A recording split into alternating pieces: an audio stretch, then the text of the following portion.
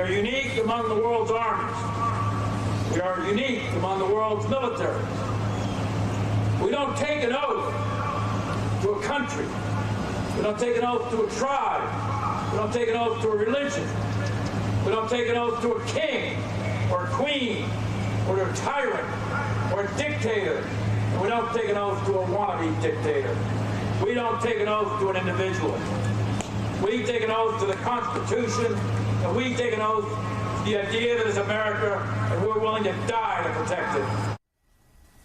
That was part of General Mark Milley's retirement speech on Friday, in which he appeared to take a dig at Donald Trump, saying the job of the U.S. military is to protect the Constitution. Milley was likely responding to Trump's social media post a week earlier in which he suggested that Milley be put to death for a routine phone call that he made to leaders in China. Lester Holt asked General Milley about that call in an exclusive for Nightly News. Take a look. A few days before the election, you were making it known that the Army, the military, would play no role in determining the outcome of the Sure. election. Why did you feel the need to say that? Was that a specific concern that you had? There was a lot of discussion in the open media about the U.S. military and what role we would play and so on. So I wanted to make sure it was clear to the American people, to our adversaries, to our friends and allies overseas, but also to our own force, to us wearing the uniform, that we have zero, and I mean zero, role in U.S. electoral politics. You assured the Chinese at one point, your Chinese counterpart, that essentially the U.S. was okay, the U.S. was stable. Is that a fair characterization? Yeah, that's right. And Secretary Esper asked me to make a call, and we did that. They were nervous about potential political instability in this country. Secretary Esper asked me to make sure that they didn't make any military moves and to let them know that we're a stable country and we're going to be just fine.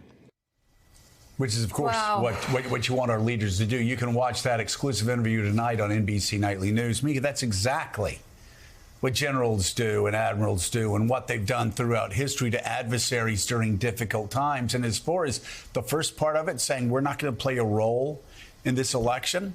Yeah. He talked about telling the American people our friends are adversaries, but most importantly, and he'd done this after June the 1st, most importantly, he was sending a message to men and women up and down the ranks, men and women in uniform. This is not our job.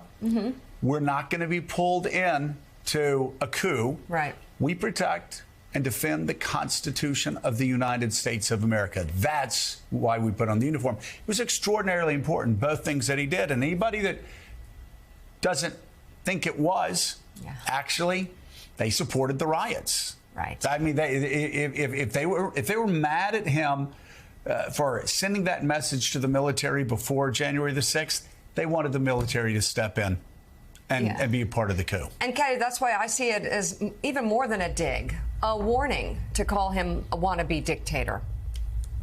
Yeah, I mean, the whole thing has got so messed up in Donald Trump's politics and revenge at this point of lashing out at Milley and now over the weekend at Esper as well, calling Esper a woke fool because Esper was the one that said to Milley, yes, you should go ahead and do this. We've just gone through a period here in the United States where there was not communication at the highest levels between the Pentagon and the Chinese military. And there was an awful lot of frustration here in Washington that they weren't having those lines of communication open because there was worries that there could be some kind of mistake out in the South China Sea.